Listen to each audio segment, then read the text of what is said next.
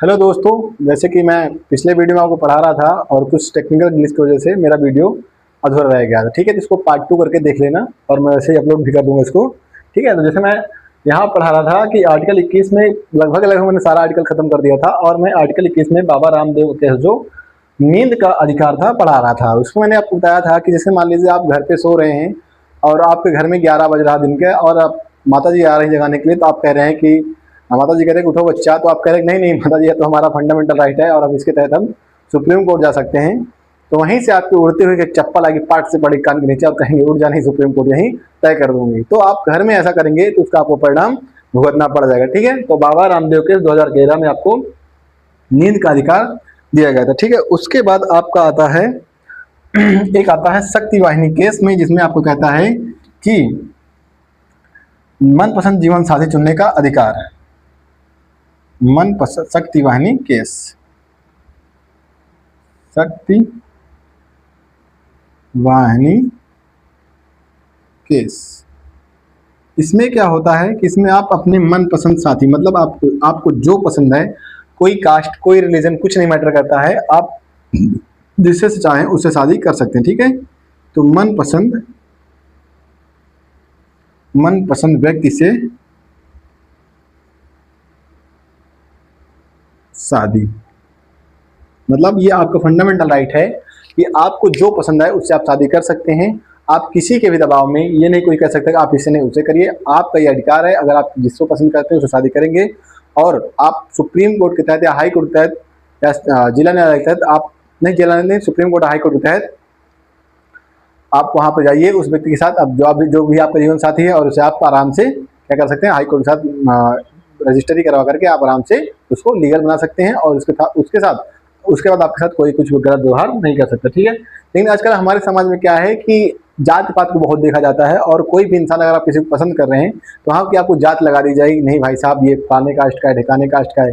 और छोटी छोटी चीज़ों को कंप्रोमाइज़ करके लोग एक व्यक्ति एक लड़के का जीवन बर्बाद कर देते हैं, जो आज के समाज में अभी भी बना हुआ है कि जात पात इतना बना हुआ है कि आप किसी के साथ कुछ नहीं कर सकते हैं, क्योंकि इतना इंसान पढ़ लिख के उतना ऊपर आ ही नहीं पाया। रीजन है कि आप गाँव के एरिया में चल जाइए, कितना परसेंट पढ़ा लिखा इंसान मिलता है, बहुत कम पढ़ा लिखा मिलता है, इसलिए वो इतनी अभी अपनी वही जात पाती कुंठाओं में भरा पड़ा है। ठीक है, तो इसलिए आप गांव में नहीं जाकर कह सकते, गांव में आप ऐसा नहीं कोई मना कर देगा, ये आपका फंडामेंटल राइट तो है ही है। लेकिन जो आपकी आज के हमारे गांव की जो आज के हमारा समाज है वो किससे किससे घिरा है, जात पात से, चार लोगों के समाज से। लेकिन मुझको आज तक चार लोगों का समाज नहीं दिखा है जो आपको कहा कि आप भूखे पड़े हो आपके कमरे, अपने घर में, अपने मकान में, और आपको वही चार लोगों का समाज आपको एक रोटी देके चला जाए। ठीक है, तो ये चार लोगों का समाज पता नहीं कहाँ से आता, मुझे तो अब तक नहीं पता चला। अगर आपको पता चले तो जरूर बताइएगा। ठीक है, और यहीं से मेरा आर्टिकल 21 खत्म होता है और मैं अब आपको आर्टिकल 22 पढ़ा के मैं इसको स्वतंत्रता का अधिकार खत्म करना चाहता हूं, और कल से मैं आपको क्या पढ़ाऊंगा, शोषण के विरुद्ध अधिकार पढ़ाना चाहूंगा। ठीक है, लेकिन पहले मैं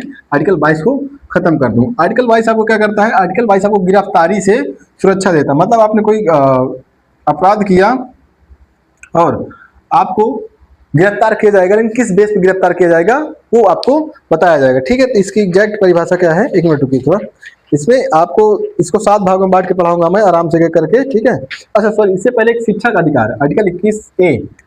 आर्टिकल 21A कहता है, इसको कब जोड़ा गया था, इसको 86 कॉन्स्टिट्यूशन अमेंडमेंट एक्ट 2002, इसकी 2002 में कौन सी तपस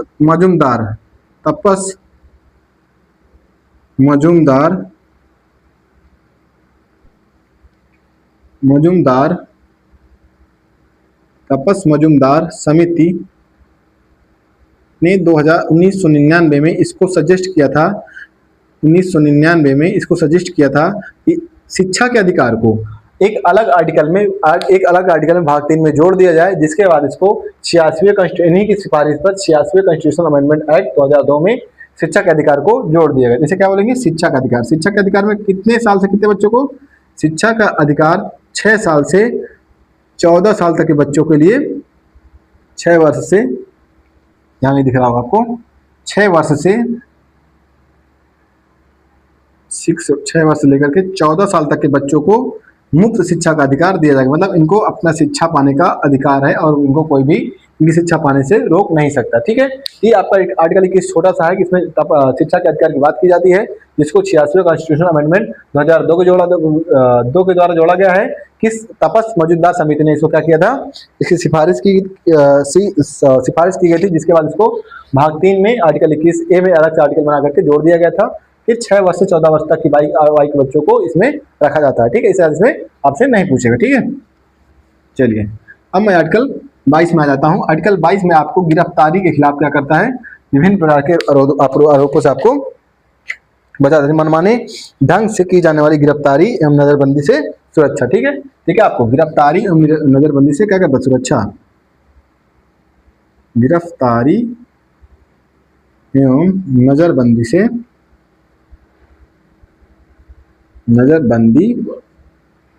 से सुरक्षा।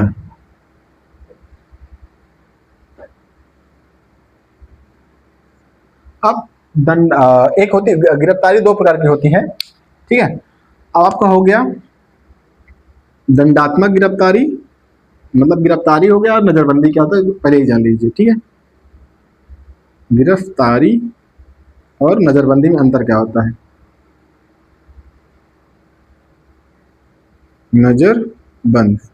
नजरबंद का मतलब होता है कि आपने कोई कांड किया नहीं, उससे पहले आशंकाओं के आधार पर, मतलब कि आप ये वाला अपराध कर सकते हैं, तो उस आधार पर, मतलब पहले से सरकार को अगर अनुमानित हो जाए कि आप कोई कांड करने वाले, आप कोई अपराध को उत्तेजित करने वाले हैं या करने वाले हैं, तो उस बेस पर आपको नजरबंद कर लिया जाएगा। ठीक है, गिरफ्तारी क्या होती है, गिरफ्तारी आपके कांड करने के बाद, मतलब कोई भी आपने अपराध किया उसके बाद आपको गिरफ्तार किया जाएगा। ठीक है, क्या होती है, कांड करने या अपराध करने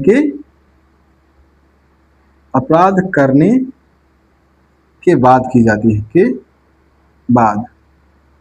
ठीक है, इसको गिरफ्तारी बोलते हैं, या दंडात्मक गिरफ्तारी और नजरबंद निवारक नजरबंदी, इसको लिख सकते हैं, निवारक नजरबंदी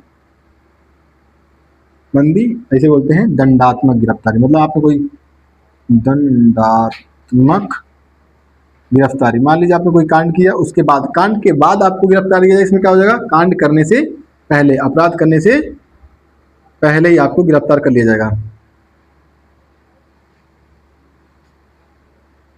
अपराध करने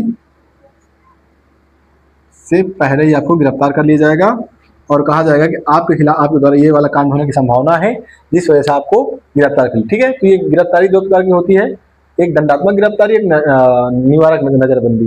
दंडात्मक गिरफ्तारी में आपको कांड करने से पहले कांड करने के बाद गिरफ्तार किया जाएगा, और निवारक नजरबंदी में आपको कांड होने के बाद गिरफ्तार किया जाता है। ठीक है, अब उसके बाद मैं इसको आर्टिकल 7 भागों में बांट कर पढ़ाना है। ठीक है, तो थोड़ा सा मैं इसको एक 1 लाइनर का आपको बताते चला जाऊंगा। ठीक है, आर्टिकल 1 में क्या है, आर्टिकल 2 में क्या है, आर्टिकल 3 में क्या है, एक एक करके मैं आपको बताते चलूंगा। ठीक है, तो आर्टिकल 20 क्लास 1 कहता है कि किसी व्यक्ति को गिरफ्तार करते समय उसको उसको बताया जाएगा कि आपको गिरफ्तार क्यों किया गया है, और उसको अपने मनपसंद वकील से सलाह लेने की स्वतंत्रता है। ठीक है, आर्टिकल 20 क्लास 1 कहता है गिरफ्तारी का कारण बताया जाएगा, गिरफ्तारी का कारण एवं मनपसंद वकील करने का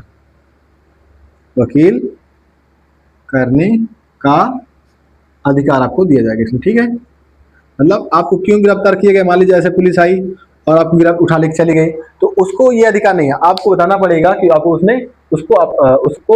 उसने आपको क्यों गिरफ्तार किया, प्रॉपर रीजन देना पड़ेगा, और प्लस उसी के साथ आपको ये स्वतंत्रता है कि आप तुरंत अपना वकील बुलाएं और अपने वकील से सलाह मशवरा करने का आपको अधिकार दिया जाएगा। आपको आर्टिकल 20 क्लास 2 में कहता यही बातें कही गई। ठीक है, आर्टिकल 20 क्लास 2 कहता है, आर्टिकल 20 क्लास 2 ये कहता है कि आपको 24 घंटे के अंदर 24 घंटे के अंदर आपको मजिस्ट्रेट के सामने 24 घंटे के अंदर मजिस्ट्रेट के सामने पेश किया जाएगा, मतलब आपको हाई कोर्ट में, किसी भी कोर्ट में, सेशन कोर्ट, हाई कोर्ट, कहीं भी जहां के लिए आपको गिरफ्तार किया गया है वहां आपको पेश किया जाएगा। ठीक है, लेकिन इसमें आपका छुट्टियां जो होती हैं और यात्रा का समय कंक्लूड नहीं होता। मान लीजिए आपको यात्रा करने में 2-4 घंटे लग गए, तो कुछ उस समय को नहीं कंक्लूड किया जाएगा। और जो छुट्टियां पड़ जाए, मान लीजिए आपको संडे को कोर्ट बंद रहता है और सैटरडे कोर्ट बंद रहता है, फिर सैटरडे संडे का समय आपको 24 घंटे में नहीं ऐड कर दिया जाएगा। जो कार्य मतलब जो कार्यात्मक समय होता है उसी 24 घंटे को आपको समय में जोड़ा जाएगा। ठीक है। आर्टिकल 23 के आर्टिकल 22 क्लास 3 इन दोनों क्या है, एक प्रकार से अपवाद है। अपवाद मतलब क्या है कि ये ऐसे व्यक्तियों पर नहीं लगता है। मान लीजिए कोई शत्रु देश का व्यक्ति है जो हमारे देश में रह रहा है, मतलब शत्रु देश का है, उसके खिलाफ नहीं लगता है, या शत्रु देश का नागरिक है, उसको ये व्यवस्था तो नहीं दी जाएंगी। शत्रु देश का नागरिक है या उसने क्या कर रखा है, हमारे देश के खिलाफ कोई देश की सुरक्षा के खिलाफ कोई ऐसा काम कर रहा है। ठीक है, देश की सुरक्षा के खिलाफ ऐसा कोई काम कर रहा है, तो उस व्यक्ति को ऐसी कोई व्यवस्था नहीं दी जाएगी जो हमारे इसमें वर्णित की गई। ठीक है, ये अपवाद में आते हैं। ठीक है, ये अपवाद है कि मतलब इसमें ये आर्टिकल 20 सब क्लास 3 में कहा गया है कि जो ये दो प्रकार की जो सुरक्षा दी गई हैं, हम शत्रु देश के व्यक्ति को वो सुरक्षा हम नहीं देंगे। ठीक है, फिर आर्टिकल, अब यहाँ से आपको मैं इसको रेज कर दिया, आपका दंडात्मक गिरफ्तारी से रिलेटेड था। किससे रिलेटेड था? दंडात्मक गिरफ्तारी। ठीक है, मतलब आपने कोई कांड किया उसके बाद जो आपको गिरफ्तारी की जाएगी उससे दोनों संबंधित हैं। अब बाकी वाला आपका अपवाद में आता। ठीक है, दंडात्मक गिरफ्तारी, इससे आप नोट लिखा दीजिए, एक फटाक से स्क्रीनशॉट लीजिए और उसके बाद फिर आगे बढ़ते। ठीक है, चलिए ये बात समझ आई कि गिरफ्तारी कारण बताया जाएगा, प्लस मनपसंद वकील करने का अधिकार आपका आर्टिकल 22 क्लास 1 में है। आर्टिकल 22 क्लास 2 में क्या कहता है कि 24 घंटे के अंदर आपको मजिस्ट्रेट के सामने पेश किया जाएगा। ठीक है, चलिए अब यहां से मैं बताने चल रहा हूं आपका निवारक नजरबंदी। निवारक नजरबंदी मतलब आपको जैसे आपने किसी कांड करने की, कोई अपराध करने की आशंका के बेस पे आपको क्या कर लिया जा रहा है, गिरफ्तार कर दिया जा रहा है। तो आपका आर्टिकल 24 से लेकर के आर्टिकल 22 से लेकर आर्टिकल 22 सब क्लास 4 से लेकर के आर्टिकल 22 क्लास 7 तक है। ठीक है, आर्टिकल 22 क्लास 4 में ये कहा गया है, आर्टिकल 22 क्लास 4 में ये कहा गया है कि आपको नजरबंद किया जाएगा। किसके? किसी भी आशंका के आधार पर आपको नजरबंद कर लिया जाएगा। ठीक है, आर्टिकल इसमें लेकिन कितने महीने के लिए? 3 महीनों के लिए। कितना? 3 महीनों के लिए। मैक्सिमम कितना? 3 महीनों के लिए आपको गिरफ्तार कर लिया जाएगा, नजरबंद कर लिया जाएगा। ठीक है, नजरबंद। आर्टिकल 22 क्लास 4 में आप इतना याद रखेंगे कि आपको नजरबंद किया जाएगा और कितने महीने के लिए किया जाएगा? मैक्सिमम 3 महीने के लिए गिरफ्तार किया जाएगा। ठीक है, नजरबंद किया जाएगा। उसके बाद आर्टिकल 22 क्लास 5 कहता है कि यदि राज्य को बढ़ाना है, यदि राज्य को आपको बढ़ाना है तो वो एक समिति बना करके, मतलब आर्टिकल 22 क्लास 5 कहता है एक समिति बना करके आप उसको क्या कर सकते हैं? बढ़ा सकते हैं। नहीं इसके अन्यथा आप कोई भी इसके लिए कोई भी व्यवस्था नहीं की गई है। ठीक है, एक मिनट थोड़ा रुके।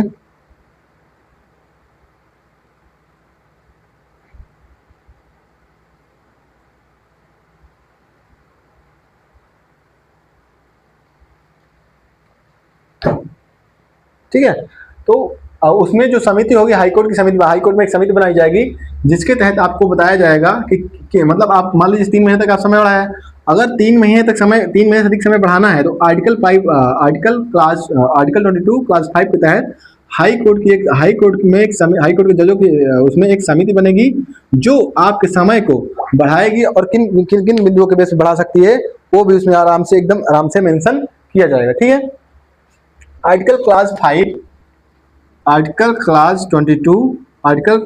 क्लास 6 कहता है कि नजरबंदी में आपको सूचना मतलब जो आपकी कारण है बता भी सकते हैं, बता भी नहीं सकते, वो अधिकारी पर डिपेंड करता है कि बताया गया नहीं। अगर मान लीजिए देश की सुरक्षा संबंधित मैटर है तो उसमें आपको जानकारी नहीं दी जाएगी कि आपको गिरफ्तार क्यों किया गया, लेकिन नॉर्मली आपको क्या करेगा, जो अधिकारी होगा वो आपको बताएगा कि आपको नजरबंद क्यों किया जा रहा है, मतलब नजरबंदी से आपको बताया जाएगा क्यों नजरबंद किया गया। ठीक है, नजरबंदी की जानकारी दी जाएगी। ठीक है, और आर्टिकल 22 सब क्लास 7 कहता है कि इसमें ये सुप्रीम कोर्ट को ये आदेश देता है, ये मतलब सुप्रीम कोर्ट को ये पावर देता है कि सुप्रीम कोर्ट क्या क्या कर सकता है। ठीक है, ठीक है, ये पावर ये देता है कि जैसे मान लीजिए हाई कोर्ट क्या कर रहा था, हाई कोर्ट मतलब जो 3 महीने से अधिक आपको बढ़ा रहा था, तो उसमें हाई कोर्ट ये कर सकता था, मतलब बढ़ा 3 महीने के लिए 3 महीने से बढ़ा सकता था। तो आर्टिकल 22 क्लास 7 ये कहता है कि एक होता है इसका एक पार्ट होता है आर्टिकल 22 क्लास ए होता है, सब क्लास ए है, जिसमें कि मतलब मैक्सिमम समय बताया जा सकता है कि मैक्सिमम समय आपको इतने समय तक के लिए नजरबंद किया जाएगा। ठीक है, आर्टिकल 22 क्लास 7 सब क्लास बी कहता है कि मिनिमम समय, मतलब मिनिमम समय कितना आपको, मिनिमम कितने समय तक के लिए रखा जा सकता है। ठीक है, फिर ये कहता है आर्टिकल 22 क्लास 7 कहता है कि ये जो समिति बनाई गई है, इस समिति को ये आदेश दे सकता है कि किन किन बिंदुओं के आधार पर इस समिति, मतलब ये समिति को बता देगा कि आप इन बिंदुओं के बेस पर इस व्यक्ति की जो निवारक नजरबंदी है आप बढ़ा सकते हैं या मतलब 3 महीने के बाद तो बढ़ा ही सकते हैं। तो किन किन बिंदुओं के बेस पर वो डिसाइड कर, मतलब संसद को अधिकार है कि वो हाई कोर्ट की जो समिति बन रही है उसको ये निर्देश दे सके कि किन किन बिंदुओं के आधार पर, किन किन दिशा निर्देशों के आधार पर उसकी निवारक नजरबंदी बढ़ाई जा रही है, ये आपको बिंदुओं को ध्यान रखना पड़ेगा। ये कौन कहता है, संसद कह सकते, किसको, सुप्रीम कोर्ट। ठीक है, यही कहता है कि जो ये है, जो आर्टिकल 22 क्लास 7 है, तो इस पर जब ये लागू होता है तो ये इन दोनों क्या कर देता है, आच्छादित कर देता है। ठीक है, चलिए, तो यहाँ से आर्टिकल आपका 22 ये खत्म हो जाता है। 22 को एक बार रिवाइज कर लीजिए। आर्टिकल 22 सब क्लास 1 कहता है कि किसी व्यक्ति को गिरफ्तार करने के समय उसको जानकारी दी जाएगी, आपको कारण बताया जाएगा कि क्यों गिरफ्तार किया गया, प्लस उसको मनपसंद वकील करने का अधिकार है। फिर आर्टिकल 22 सब क्लास 2 कहता है कि उसको 24 घंटे के अंदर हाई कोर्ट या सुप्रीम कोर्ट या सेशन न्यायालय के सामने पेश किया जाएगा, लेकिन उसको उसमें आपका यात्रा का समय और छुट्टियों का समय नहीं गड़बड़ किया जाएगा। आर्टिकल 22 सब क्लास 3 कहता है ये अपवाद है, मतलब कि अगर कोई शत्रु देश का व्यक्ति या ऐसा कोई व्यक्ति है, शत्रु देश का व्यक्ति होता है, शत्रु देश का व्यक्ति पर या कोई आतंकवादी है उस पर आर्टिकल 22 सब क्लास 1, आर्टिकल 22 सब क्लास 2 नहीं लागू होता है। ठीक है, ये आर्टिकल 22 सब क्लास 4 क्या कहता है, आर्टिकल 22 सब क्लास 4 आपको कहता है कि किसी व्यक्ति को मैक्सिमम 3 महीने तक के लिए नजरबंद किया जा सकता है। ठीक है, आर्टिकल 22 क्लास 25 कहता है कि अगर इस व्यक्ति की नजरबंदी को 3 महीने से अधिक बढ़ाना है तो हाई कोर्ट के संरक्षण में एक समिति बनाई जाएगी जो इस व्यक्ति के समय को बढ़ा सकती है। ठीक है, फिर आर्टिकल 22 क्लास 6 कहता है कि निवारक नजरबंदी की जानकारी दी भी जा सकती है उस व्यक्ति को, नहीं भी दी जा सकती, और राज्य पर डिपेंड करता है देगी या नहीं देगी। फिर आर्टिकल 22 क्लास 7 3 प्रकार सब क्लास में बांटा गया है, सब क्लास ए, सब क्लास बी, सब क्लास सी कहता है कि ये मतलब जैसे मान लीजिए यहाँ 3 महीने था, ये मिनिमम भी कर सकती है संसद को अधिकार दिया गया, संसद कानून बना करके इसको मैक्सिमम कितने समय तक रख सकते हैं। मान लीजिए 7 महीने 8 महीने लग गए, तब तो कहानी खत्म हो गई ना आर्टिकल 24 की। ठीक है, और फिर इसकी कोई बात नहीं मानी जाएगी, तो ये दोनों पे क्या हो जाता है, आच्छादित हो जाता है।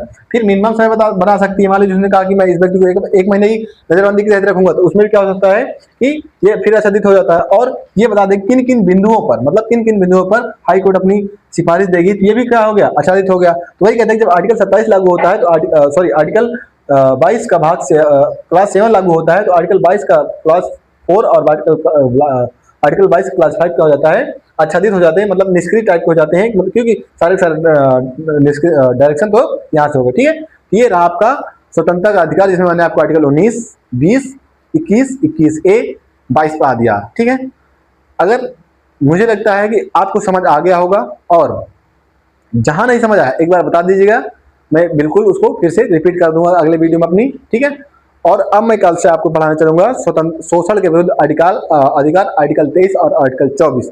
फिर उसके बाद आपको धार्मिक स्वतंत्रता का अधिकार, फिर शैक्षणिक अधिकार, फिर उत्प्रेषण का अधिकार, उसके बाद ये कहानी क्या हो जाएगी, आपकी मौलिक अधिकारों की खत्म हो जाएगी। ठीक है, तो मैं अपनी वीडियो यहीं पे खत्म करता हूं। अगर मेरा वीडियो आपको पसंद आया हो, मेरे चैनल को लाइक और सब्सक्राइब जरूर एक बार करें। ठीक है, और इन मौलिक अधिकारों को आप एक बार रिवीजन जरूर करते रहें, ताकि आपका जब कभी एग्जाम हो तो उसमें आपका आराम से बन जाए। ठीक है, थैंक यू।